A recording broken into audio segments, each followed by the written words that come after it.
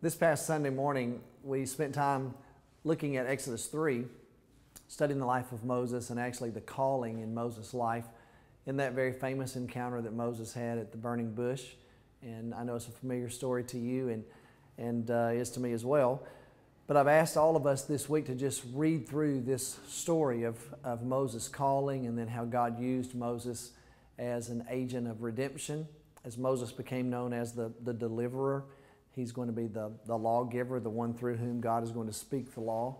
And he's going to leave a powerful imprint in the life of Israel and really in the life of the church, because he will be the principal author of the first 5 books of the Bible. So on the one hand, you look at a guy like Moses and it feels like that's just so far out of reach for any of the rest of us. He was one of those men that when he was walking on this planet, as he made his way across the human stage, probably really had no peer. He was unparalleled in that regard. He's an incredible figure, a giant in biblical history, and he's just a hero of the faith. And so, you know, when we start trying to compare our lives to guys like Moses, we can feel pretty insignificant.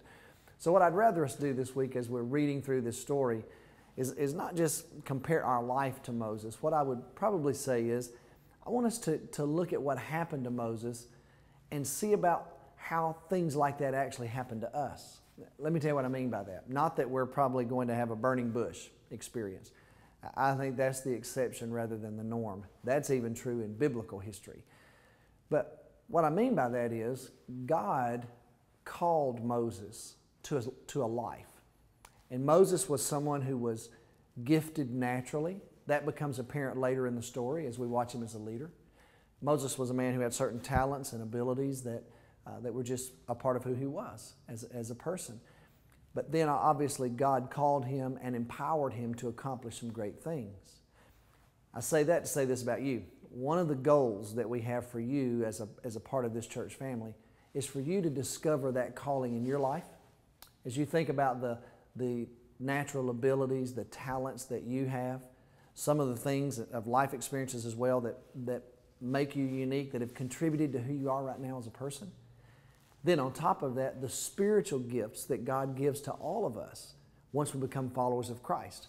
There are different giftings as we read about them in 1 Corinthians 12 and in Romans as well, and in Ephesians, that the Lord gives spiritual gifts to His children. But those spiritual gifts actually connect to our talents, our abilities, our passions. And then as all of that comes together in a person's life, we begin to discern the call of God, and we begin to function in a way that's productive and is useful for His kingdom. So I guess what I would say to you is I'm praying for you this week as you just reflect upon your calling and how the gifts of the Spirit are contributing to you living out that calling in your life right now, and how the abilities and the talents and just some of those natural propensities that you have that are uniquely yours, that have made you who you are, that as all of that merges together in your life, that you're discovering the calling of God and you're able to live that out in your life. On the one hand, I think in some sense it happens here at church, absolutely, as you play different roles at church. But on a grander scale, it just happens in your life. I want you to live out your calling, not just here in this body, but to live out your calling in general in your life as God gives you opportunity to do that.